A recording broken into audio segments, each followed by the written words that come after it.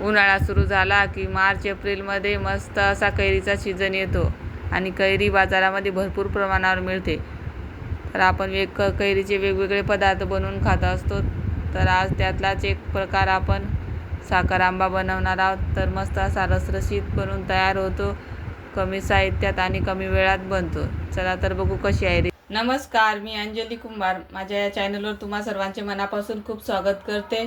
तर आता उन्हाळा सुरू झालेला आहे आणि उन्हाळ्यामध्ये मस्त अशा कैऱ्या मिळतात. तर आपण वेगवेगळे प्रकार कैरीचे बनवत असतो उन्हाळ्यामध्ये. तर आज आपण बघणार आहोत कैरीचा साखर आंबा. तर त्यासाठी मी इथं फ्रेश अशा कैऱ्या दोन घेतलेल्या आहेत स्वच्छ. आता आपण याची वरची साल काढून घेऊ. तर या पद्धतीने साल काढून घ्यायची. तर इथे याची मी साल काढून घेतलेली आहे. आता आपण या कैऱ्या खिसून घेणार आहोत. या पद्धतीने या खिसून घ्यायच्या. तर इथे मी दोन्ही आंबे खिसून घेतलेले आहेत या पद्धतीने जाडसर. आता आपण हे बघूत किती भरते. तर इथे आखीच 2 वाट्या भरलेला आहे. इथं मी गॅसवर कढई ठेवलेली आहे गरम व्हायला. त्याच्यामध्ये 1 चम्मच तूप घालून घेऊ.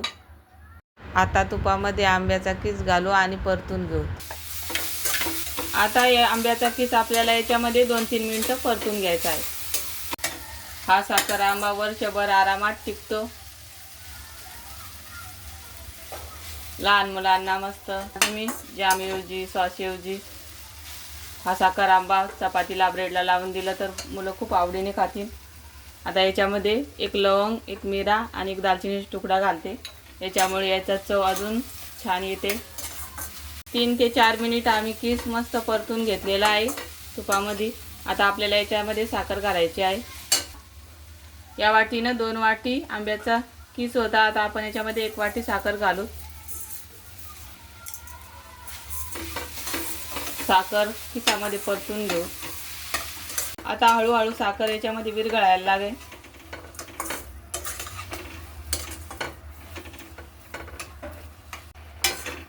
तर साखर इथे पूर्णपणे विरघळलेली आहे. आता साखरेचं खूप पाणी झालेलं आहे. आता हे आटेपर्यंत आपण याला शिजवून घेऊ. तर इथे पातळसर मिश्रण दिसते. जसं जसं शिजले तसं तसं घट्ट होत जाईल. कमीत कमी याला 5 ते 6 मिनिटं शिजवून घ्यायचे. तर इथे मिश्रण आपलं मस्त घट्टसर झालेलं आहे. आता या स्टेजला वेलचीची पूड घालायची. वेलचीची पूड घातल्याने साखर आंब्याची चव अजून छान येते.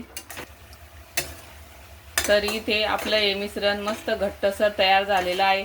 आता या स्टेजला आपण गॅस बंद करणार आहोत, कारण हे थंड झाल्यावर अजून घट्ट बनते. परफेक्ट शिजलं आहे कसं समजायचं, तर याप्रमाणे चमक येते या साखर आंब्याला. आता आपण गॅस बंद करू आणि हे थंड करून घेऊ. तरी हे साखर आंबा मस्त थंड झालेला आहे. आता मी एका वाटीमध्ये याला काढून घेते आणि थंड झाल्यावर मस्त काचेच्या भरणीमध्ये.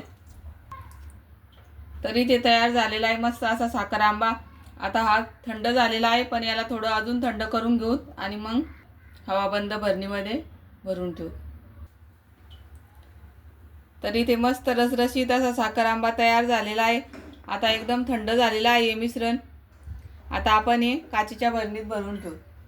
तर मस्त काचेची भरणी स्वच्छ धुवून कापडाने पुसून घ्यायची आणि मग नंतर याच्यामध्ये हा साखर आंबा भरायचा. 1 वर्षभर आरामशीर टिकतो हा साखर आंबा. इथे मी 2 आंब्याचाच केलेला आहे. तुम्ही जर जास्त बनवत असाल तर मोठी भरणी घ्यायची आणि एकदम गच्च नाही भरायचं भरणीमध्ये या मिश्रण. तर मस्त रसरशीत असा साखर आंबा तयार झालेला आहे. 1 वर्ष मस्त आरामशीर टिकतो हा.